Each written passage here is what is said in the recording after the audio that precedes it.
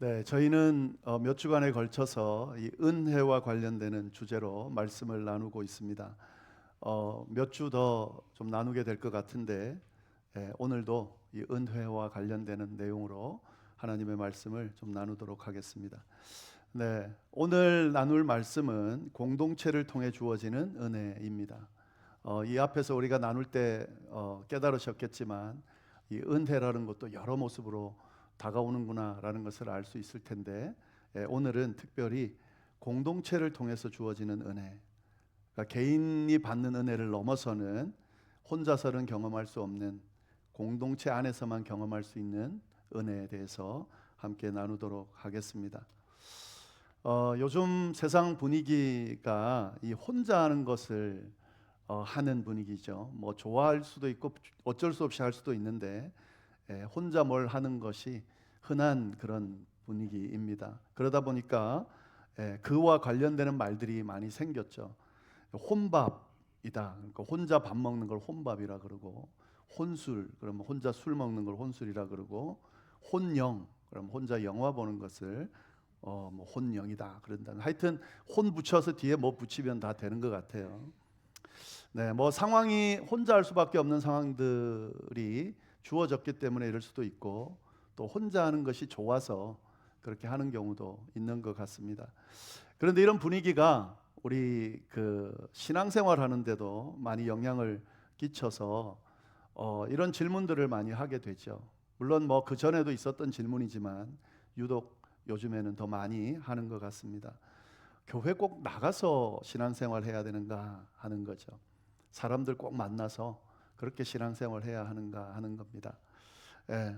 뭐 코로나 이후에는 이제 영상으로 유튜브로 예배를 드리는 것이 좀 일상화됐기 때문에 유튜브로 예배 드리면 되지 않냐? 꼭 교회 가서 예배 드려야 되냐? 그리고 집에서 혼자 성경 읽고 또 기도하면서 이렇게 신앙생활 해도 되지 않겠냐? 예배도 드리고 또 신앙생활도 하는 거기 때문에 뭐 심지어는 뭐 선교도 하고 헌금도 하고 뭐 이렇게 하면서 신앙생활 하면 뭐가 다른 거냐? 뭐 이런 질문들을 하고 또 이런 영향을 받아서 혼자 신앙생활 하는 그런 경우도 많이 있는 것 같습니다. 뭐 그게 완전히 틀렸다, 맞다, 뭐 이렇게 말하기는 딱 이렇게 단정하기는 좀 그렇긴 하지만, 그럼에도 불구하고 하나님께서 왜 교회를 만드셨을까? 그러니까 혼자 할 수 있는 것을 왜 꼭 모여서 할 수 있도록 하셨을까? 분명히 이유가 있을 거다 하는 거죠. 분명히 혼자 신앙생활 하면 좋은 부분이 많이 있습니다. 보기 싫은 사람 안 봐도 되고, 괜히 뭐 나를 이렇게 좀 없애되게 만드는 그런 상황에 처하지 않아도 되고, 또 나도 실수하지 않아도 되고, 혼자 신앙생활하면 하나님 앞에 좀 더 정결하게 나갈 수 있는 그런 장점이 분명히 있을 겁니다. 그럼에도 불구하고 왜 기독교는 또 교회는 자꾸 이렇게 모여서 뭘 하려고 하냐 하는 거죠. 꼭 기억해야 될 내용이 있습니다. 그 이유가 분명히 있겠죠. 많은 이유가 있겠지만 그 중에 하나가 뭐냐면, 꼭 공동체를 이루어야만 얻을 수 있는 은혜가 있기 때문입니다. 하나님께서 여러 은혜들을 내려주시지만, 개인을 통해서 은혜를 주시지만 꼭 공동체 안에서 얻을 수 있는, 그 공동체를 통해서만 주시려고 하는 그런 은혜가 있다 하는 거죠. 공동체가 없이 개인적으로는 절대 받을 수 없는 은혜, 그게 있기 때문에 이 공동체를 중요하게 생각하는 거죠.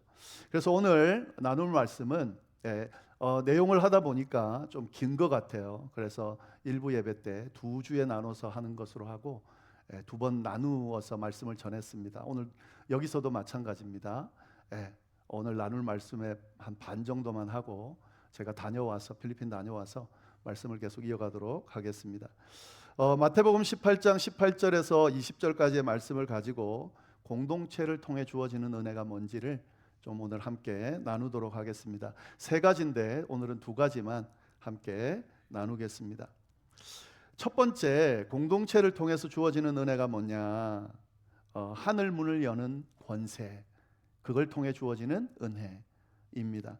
18절 말씀을 같이 보시면 우리 다 같이 한번 18절을 읽어보겠습니다.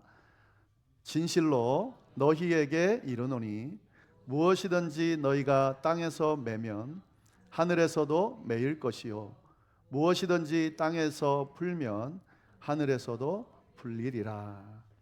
진실로 너희에게 이르노니 이렇게 시작하죠. 네. 그러니까 예수님의 말씀은 다 진리라고 우리는 믿습니다. 근데 그 예수님이 그 진리의 말씀들 중에서도 강조해서 진실로 너희에게 이른다는 말은 이건 진짜다 이런 말이에요.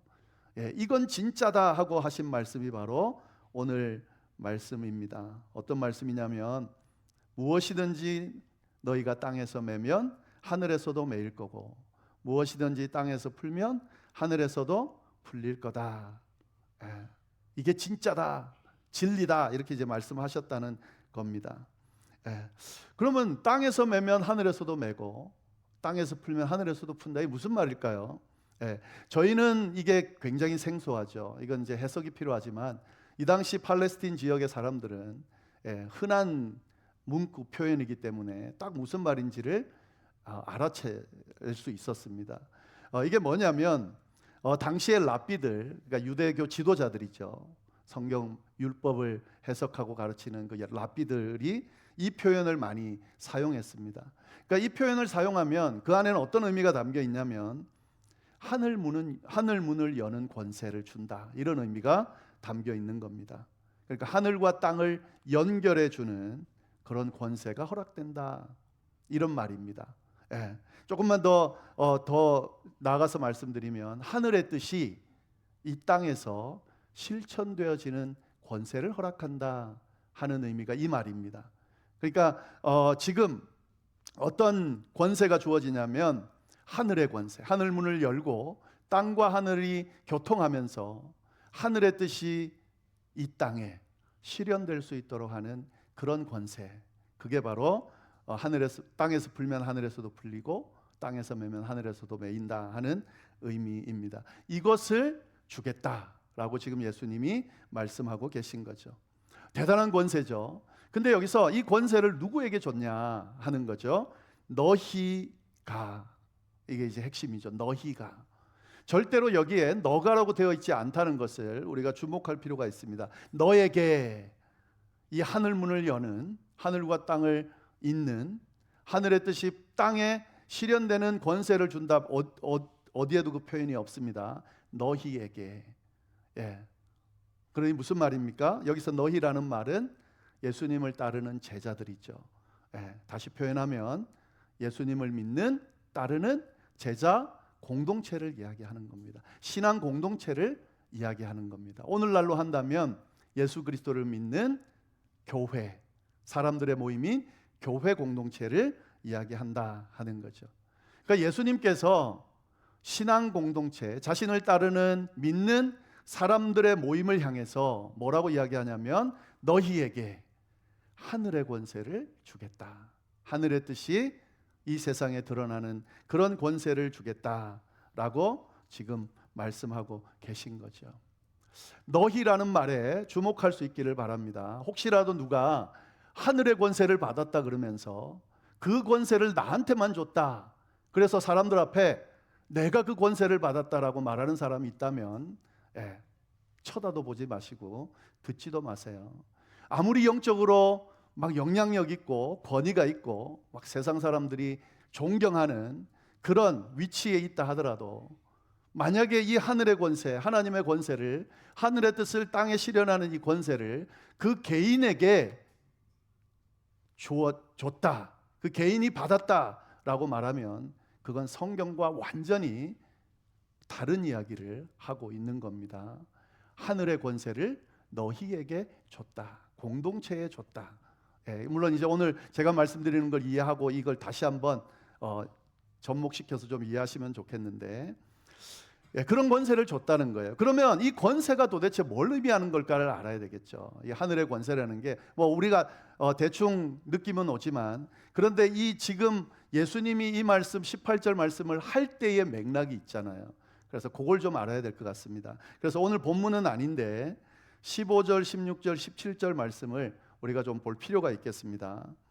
어떤 내용 뒤에 이 내용 18절이 주어졌는지를 좀 보면 좋겠습니다.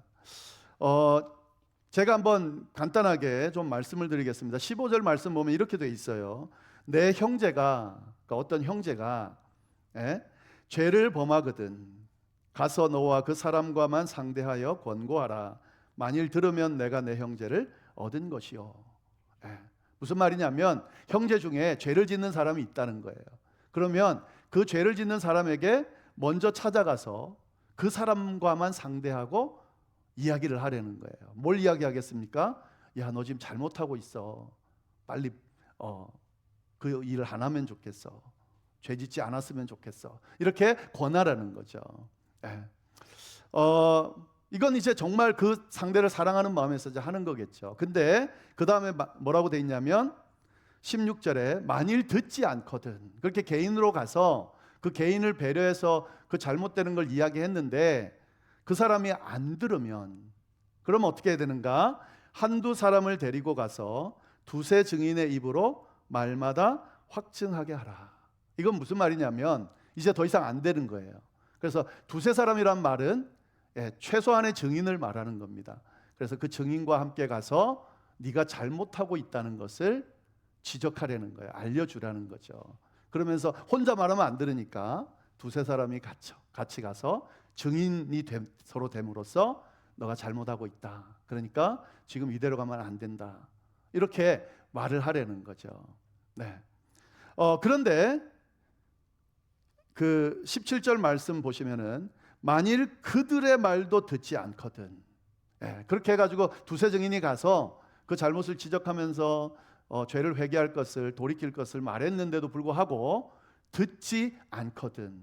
그 다음에 어떻게 하냐면 교회에게 말하고 그리고 교회의 말도 듣지 않거든.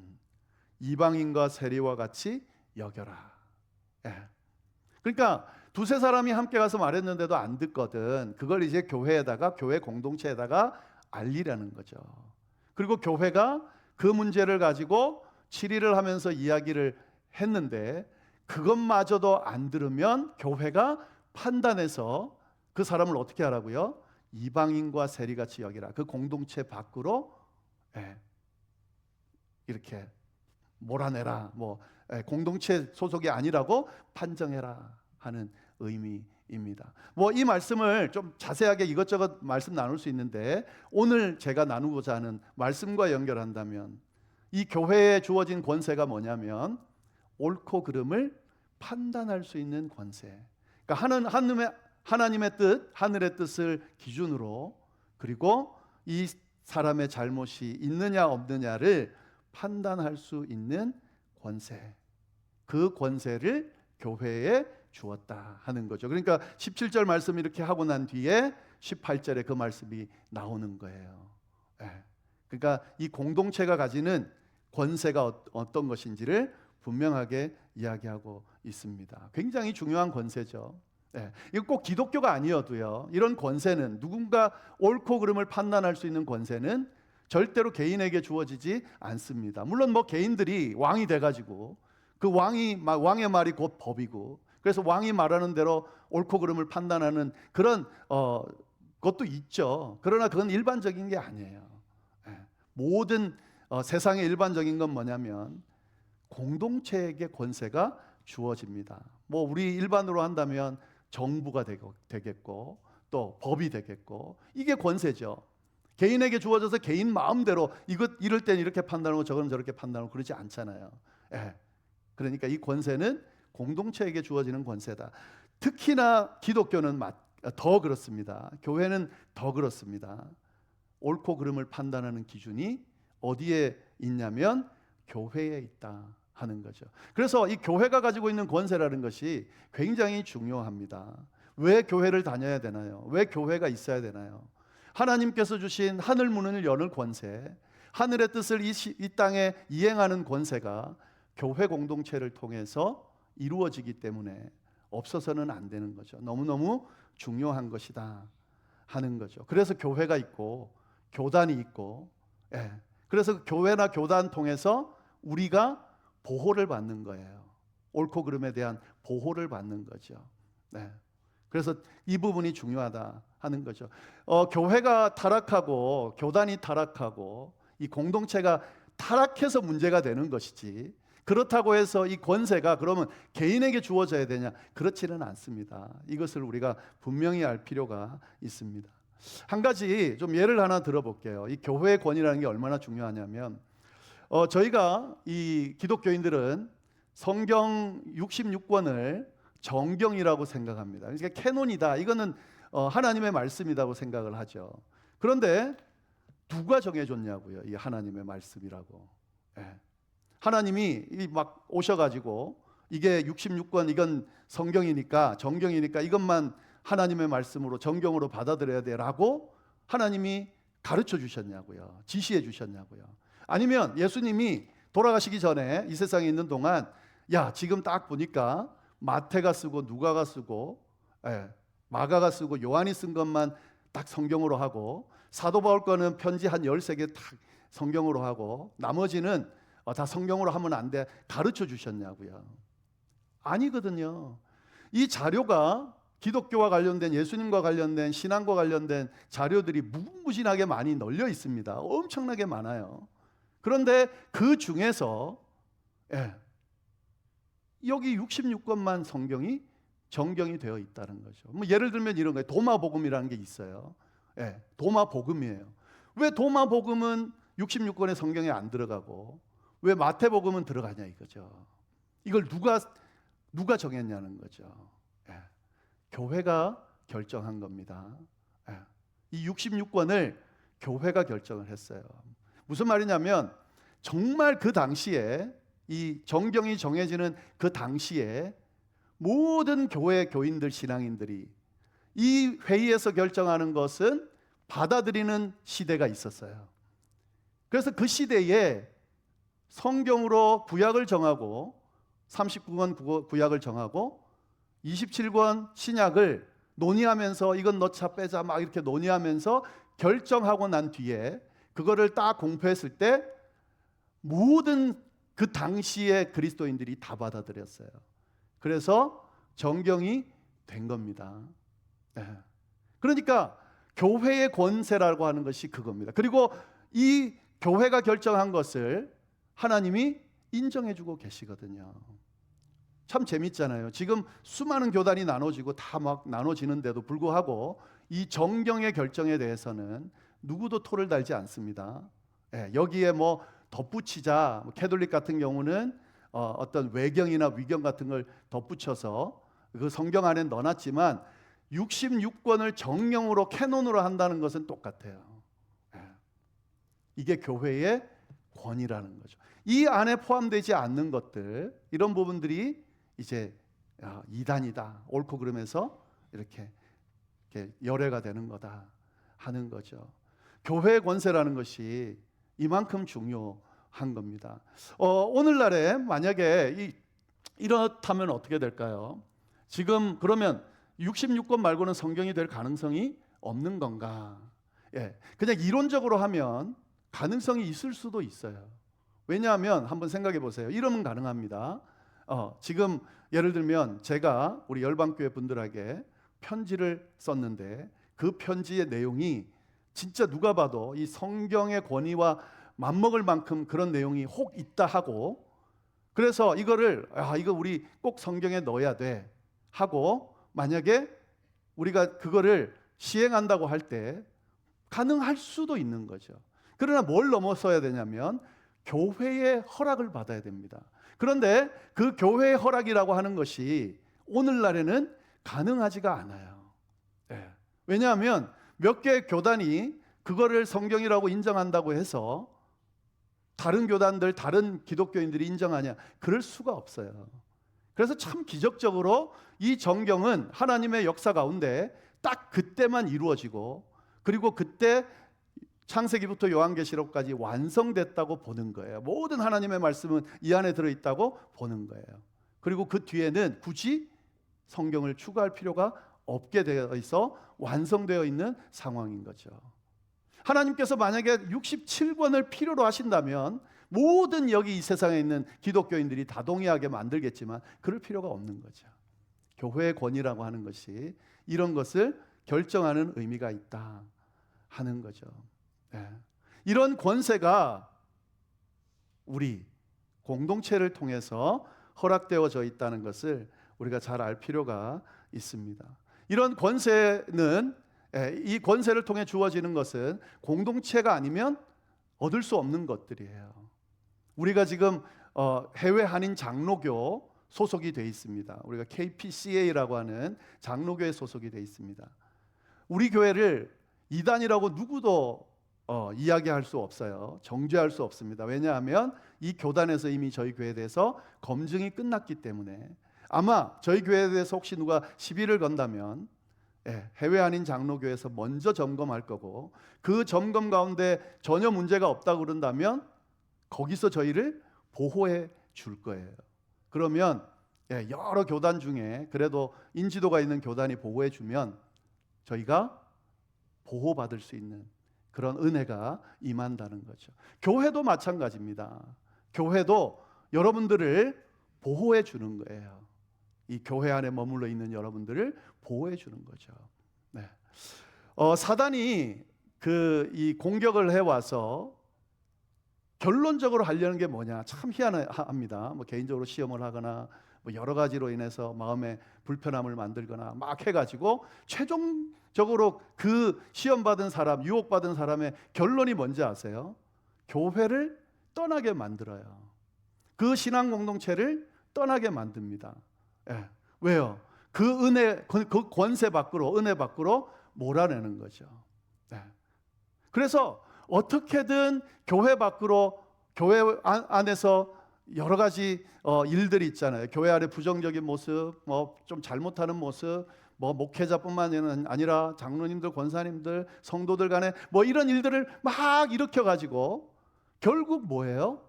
그 교회를 깨트리고 교회를 떠나게 만들고 그렇게 한다 하는 거죠. 그리고 교회를 떠나게 되면 결국에는 어떻게 됩니까? 하나님 밖으로, 하나님과 거리가 멀어지게 돼 있어요. 교회 밖에서 보호받기가 쉽지가 않거든요. 물론 개인적으로 신앙을 지키고 하는 분들이 있지만 교회 안에서 얻을 수 있는 은혜, 교회 안에서 받을 수 있는 보호들과는 거리가 멀어지게 되는 거죠. 제가 신앙생활하면서 저는 이제 저희 부모님이 교회를 다니기 시작했습니다. 초등학교 2학년 때부터 다니기 시작했습니다. 저 모태 신앙은 아니에요. 근데 이제 제가 태어날 때부터 부모님의 신앙을 물려받은 사람과 또 그렇지 않은 사람들의 그 장단점을 생각을 해봤는데, 물론 뭐 이건 개인적인 생각이고 또 여러 번 말씀을 드렸지만, 이 뒤늦게 믿게 된 분, 특히 중고등학생 때나 이 청년 때 믿게 된 사람들은 되게 뜨거운 체험이 있는 경우가 많아요. 물론 뭐 더 연세 드셔서도 믿게 되는 경우에 그냥 쉽게 어떻게 교회로 나오겠어요. 전혀 믿지 않고 있다가 성인이 돼가지고 교회로 나오는 게 정말 힘듭니다. 무슨 체험이나 어떤 변화나 내게 어떤 깨달음이 있지 않고는 믿기가 쉽지가 않습니다. 그래서 나이 들어서 지금 성인이 된 분들, 교회를 다니기 힘들어하는 분들이 이해해 주셔야 돼요. 그런데 그런 분들이 교회를 다니기 시작했다고 하면 거기에는 분명히 뭐가 있냐면 큰 깨달음을 얻는 계기나 큰 은혜를 받는 기적 같은 것을 경험한 경우가 많습니다. 그러다 보니까 어떻게 되냐면 하나님에 대한 존재에 대해서 뜨겁게 생각을 하고 신앙생활을 열심히 뜨겁게 할 수밖에 없어요. 그런데 모태신앙들은요, 태어날 때 딱 태어났는데 기독교인이 돼버린 거예요. 그리고 원하든 원하지 않든 교회를 가야 되고, 청소년 때 뭐 이런 좀 혼란이 올 때 교회 가려니까 가야 되고, 그러니까 떠날 수도 없고, 그래서 교회를 다니게 되는 경우는 사실 뜨거움이라는 게 있을 수가 없습니다. 물론 수련회나 이런 걸 통해 가지고 은혜 받은 사람들은 뜨거움이 생기기도 하는데, 그런 거 없이 그냥 신앙생활 하는 분들은 그런 게 없잖아요. 그래서 항상 부러워하기도 하고 그럽니다. 뜨겁게 신앙생활 하는 사람들 부러워하기도 하고. 근데 재미난 거는 이 뒤늦게 은혜 받은 사람들 중에 나중에 나이가 들고 결혼을 하고 쭉 세월이 흘러가면서 교회를 떠나는 경우가 참 많이 있어요. 여러 가지 일들 때문에, 시험 받은 것 때문에 떠날 경우가 많이 있죠. 예. 그런데 이상한 거는 똑같은 시험을 받는데도 모태신앙들은 교회를 안 떠나는 경우가 더 많습니다. 왜냐하면 그냥 쇠뇌당한 거죠. 안 좋게 이야기하면. 이거 떠나면은 큰일이다 라고 생각하고 그냥 다니는 거예요.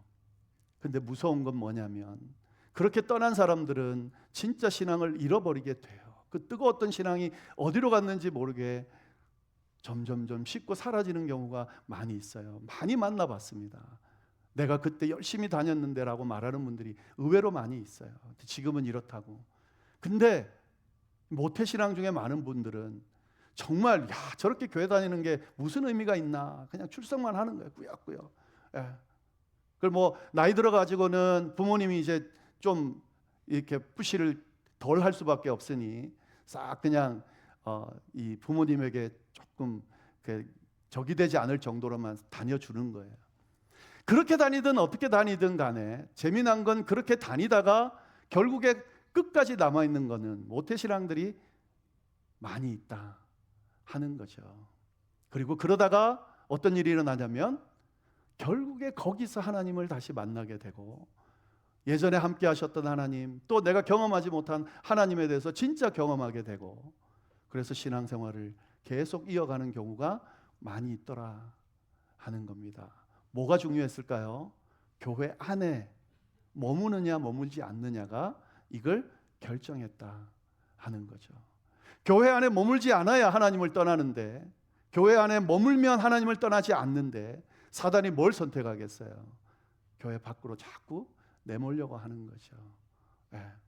교회라고 하는 권세, 교회 안에 주어지는 권세, 공동체 안에서 주어지는 권세, 보호가 있습니다. 어떤 상황에서도 아무리 시험이 들어도 뭐 꼭 저희 교회를 다녀야 되는 건 아닙니다만은 절대로 교회를, 공동체를 떠나지 마세요. 또 혹시 떠나더라도 너무 오랫동안 밖에서 맴돌지 마시고요. 어떻게든 하나님만 바라보고 그 공동체 속에서 자리를 지키면 하나님께서 하늘의 권세를 허락해 주시고 그 영혼을 보호해 주시고 인도해 주시고 이끌어 주신다는 사실을 꼭 기억할 수 있기를 바랍니다. 이게 은혜입니다. 이 은혜를 좀 받아 누릴 수 있으면 좋겠습니다. 한 가지 더 이 공동체 안에서 받는 은혜는 뭐냐면 19절 말씀을 좀 보시면은요. 19절 우리 다 같이 한번 읽어보겠습니다. 시작. 진실로 다시 너희에게 이르노니 너희 중에 두 사람이 땅에서 합심하여 무엇이든지 구하면 하늘에 계신 내 아버지께서 그들을 위하여 이루게 하시리라. 아멘. 네, 여기도 마찬가지죠. 진실로라는 말을 한 번 더 사용합니다. 이게 진짜야 하고 이제 말씀하시는데 뭐라고 말씀하시냐면 땅에서 합심해서 무엇이든지 구하면 하늘에 계신 내 아버지께서 그들을 위하여 이루게 하시리라. 예. 그러니까 기도하면 응답해 줄게, 이게 이제 말씀이에요. 근데 기도하면 응답해 주는데 어떻게 기도하면, 분명히 말하고 있는데 뭐라고요? 합심하여 기도하면 응답해 줄게. 이게 이제 약속입니다. 합심하려면 혼자는 안 되는 거죠. 혼자 합심이란 말 안 쓰잖아요. 공동체와 함께 기도하면 내가 응답해 줄게. 여기서 합심하다는 말은 헬라어로 말하면 심포네오라는 단어입니다. 이거는 심포니와 같은 말이에요. 교향곡. 그러니까 합심하다는 말은 마치 이 지금 교향곡을 연주하듯이 모든 악기 연주자들이 하나가 돼가지고 그렇게 하나님 앞에 나아가면, 그럼 어떤다고요? 하나님께서 그 기도를 들어주신다. 이게 은혜죠. 이게 공동체 안에서 주어지는 은혜죠. 함께 기도하면 이루어 주신다. 그냥 이루어지는 것이 아니라 무엇이든지 구하면 이루어 주겠다. 여기 무엇이든지는 all이라는 뜻입니다. 전부라는 뜻입니다. 합심해서 함께 기도하면 너가 기도하는 그것을 응답해 주겠다라고 약속해 주고 계신다 하는 거죠. 이게 은혜입니다. 혼자 기도하는 것도 참 중요하지만 합심해서 기도하면 하나님께서 그 기도를 들으신다 하는 것. 이걸 꼭 기억할 수 있기를 바랍니다. 이게 교회 안에서 이루어질 때, 그때 하나님의 응답이 주어질 거고, 그걸 통해서 은혜가 주어진다 하는 거죠. 그런데 여기서 보시면 우리가 주의 깊게 봐야 되는데, 합심하여라고 말하니까 벌써 어떤 느낌이 드냐면, 교회 구성은 저희가 제적이 한 100명 된다 그러면 한 100명이 모여서 기도하는 걸 말하는구나. 그런데 여기 뭐라고 돼 있냐면, 합심하는데 뭐라고요? 두 사람이 합심해서 기도하면 응답해 준다. 이게 첫 번째 은혜와 다른 거예요. 그 하늘의 권세가 주어지는 것은 한두 사람이 할 수 있는 게 아니고, 교회 전체가 동의가 돼야 그 하늘의 권세가 우리에게 주어지는 겁니다. 이거는 모든 교회가 다 동의해야 돼요. 그러나 하나님 앞에 합심해서 기도해서 응답받는 것은 두 명만 모여서 기도하면 된다라고 하는 거죠. 그러니까 혼자 기도하는 건 아닌데, 합심해서 기도하는데 너무 어려울까봐, 3명 하면 어려울까봐 2명만 기도해도 내가 들어줄게 라고 이야기하고 있다 하는 거죠. 여러분, 2명만 함께 마음을 모아서 기도하면 하나님께서 응답해 주신다고 분명히 약속하셨습니다. 왜 교회에서 자꾸 기도해 줄게요, 기도 부탁할게요, 이렇게 기도를 부탁하고 기도를 또 해주는지 아세요? 혼자 할 수 없는 기도 제목을 이 말씀 붙들고 두 사람이 기도하면 응답해 주신다니까, 그래서 기도 부탁을 하는 거예요. 또 기도해 주는 거예요. 이 기도해 주고 기도해 준다 할 때 혹시라도 이런 분이 계시면 조금 이번 기회에 좀 바로 잡으시면 좋겠어요. 내가 당신을 위해 기도해 줄게요. 또 기도 부탁을 받으면 또 기도해 주세요 라고 할 때, 그때 형식적이 돼가는 분위기도 좀 있습니다. 그냥 우리 그 밥 한번 먹자 이런 거 같이 기도해 줄게요. 또 기도해 달라고 부탁하면서 이 사람 목사니까 좀 기도해 주겠지, 뭐 조금 더 신뢰는 하는데, 또 어떤 분을 보고는 기도할까? 그래도 그냥 말할게, 이렇게 해서 기도 부탁하는 경우도 있을 거고, 또 기도해 줄게요 말할 때 내가 이 사람의 기도를 같이 기도하면 분명히 응답될 거다라고 기도하는 게 아니라, 그냥 같은 성도고 생각나면 기도해 줄게요, 뭐 이렇게 기도할 수도 있는데, 이 말씀에 근거하면 어떻게 기도해야 될지가 분명히 나오는 거죠.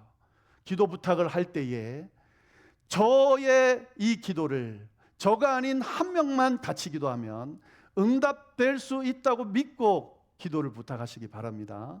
그러면 같이 기도하면, 두 사람이 함께 기도하면 응답될 수 있다는 거죠. 이게 주님이 주신 약속이에요. 그리고 누군가를 위해서 기도할 때에, 내가 기도할 때에, 그때 내가 드리는 이 기도가 저 사람 한 사람과 함께 드리는 두 사람의 기도를 응답하실 거라 믿고 그런 마음으로 기도해 주시기를 바라요. 내가 기도함으로 두 사람이 돼서 합심하여 드리는 기도가 되면 하나님께서 응답해 주실 거라 믿고, 그런 마음을 가지고 그렇게 기도해 줄 수 있기를 바랍니다. 이렇게 합심해서 드리는 기도를 하나님께서 들으신다, 예수님께서 분명하게 말씀하셨어요. 이게 일반 종교와 기독교가 다른 점이 뭐냐면, 일반 종교의 기도는 뭐냐면 신을 감동시켜서 기도응답을 받아내는 그런 기도 패턴입니다. 그래서 막 이 신에게 기도해서 기도응답이 안 되면 뭐라고 결론 지어요? 정성이 부족해서, 지성이 부족해서 응답이 되지 않는다 그럽니다. 그래서 다음에 어떻게 해요?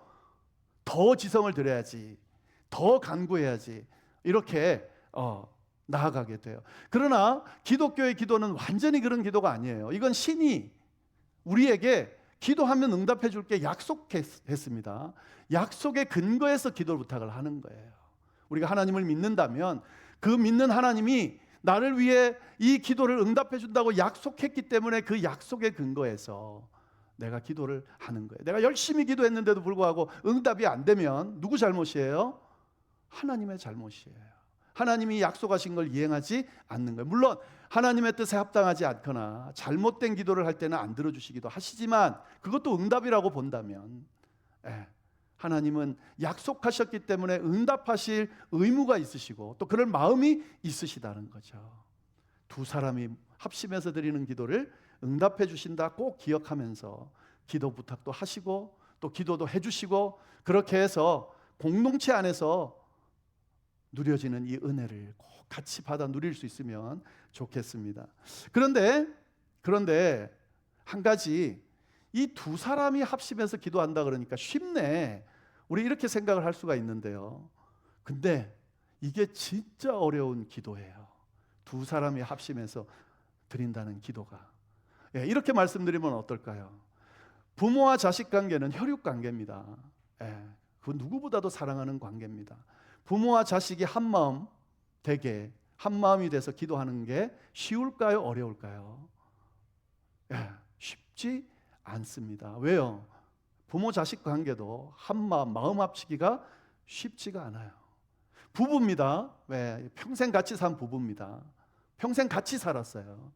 근데 그 부부의 마음이 하나 되기가 쉬울까요? 쉽지 않습니다. 저 27년 결혼 생활하면서 한 가지 깨닫는 것은 이렇게 다르나, 이렇게 마음 합치기가 힘드나. 제 아내는 더 그렇게 생각하겠죠. 마음 먹기가 쉽지가 않아요. 그런데 뭐 교인들은 더 다르잖아요. 생각도 다르고 배경도 다르고 성격도 다르고 다 다른 두 사람이 함께 합심해서 기도한다는 게 쉽지 않겠죠. 그래서 사실 이 기도는 어려운 거예요. 두 사람이라도 좀 마음 모아서 기도하면 응답해 줄게, 이런 의미도 이 안에 있습니다. 근데 그 두 사람이 마음 모으기도 쉽지 않아서 그 기도가 응답되지 않는 경우도 있다는 거죠. 우리가 신앙생활하면서 나와 마음을 같이 하는 기도 동역자를 한 명이라도 만날 수 있다면 그 사람은 성공하는 거예요, 신앙생활에. 근데 그게 쉽지가 않다는 거죠. 성령 안에서 하나님의 인도하심 아래 나와 함께 합심해서 기도할 사람들을 찾아가면서 나도 그 사람이 되어주고 그런 사람을 만나면서 그렇게 함께 공동체 안에서 기도하면서 살아가는 것, 그것이 바로 공동체를 통해 주어지는 은혜다라는 사실을 꼭 기억하면서 이런 합심해서 기도함으로 받는 은혜가 저와 여러분에게 충만할 수 있기를 간절히 바랍니다. 나머지 내용은 다음에 더 하도록 하겠습니다. 함께 기도하겠습니다. 하나님 아버지, 참으로 감사합니다. 귀한 말씀을 통해서 공동체를 통해 주어지는 은혜가 무엇인지 또 알게 하시니 감사를 드립니다. 하늘 문을 열고 주어지는 권세가 공동체 안에 주어진다는 것을, 그 권세가 우리를 보호하고 또 온전히 바르게 이끈다는 것을 기억하면서 이 공동체를 소중하게 생각할 수 있도록 주여 인도하여 주옵소서. 이 공동체와 함께 기도하는 것이 얼마나 능력 있는 기도를 드릴 수 있는지를 우리가 또 함께 배웠습니다. 함께 합심해서 기도하는 사람을 붙여주셔서 함께 기도하게 하시고 우리의 개인의 기도와 교회를 위한 기도, 또 이 세상을 위한 기도를 함께 드리며 그 기도 응답을 통해 모든 것을 또 바꾸는 역사가 우리 가운데 일어날 수 있도록 주여 인도하여 주옵소서. 지금 어떤 형편으로 또 어떻게 하나님 앞에 나아가고 있는지 잘 모릅니다. 성도님들 한 분 한 분을 붙들어 주셔서 친히 임재하여 주시고 살아계신 하나님께서 늘 동행하여 주셔서 주님과 함께 이 공동체를 이루고 주님 주시는 은혜를 받아 누리며 살아가는 우리 모두가 될 수 있도록 주여 인도하여 주옵소서. 감사하며 이 모든 말씀을 예수님의 이름으로 기도드립니다. 아멘.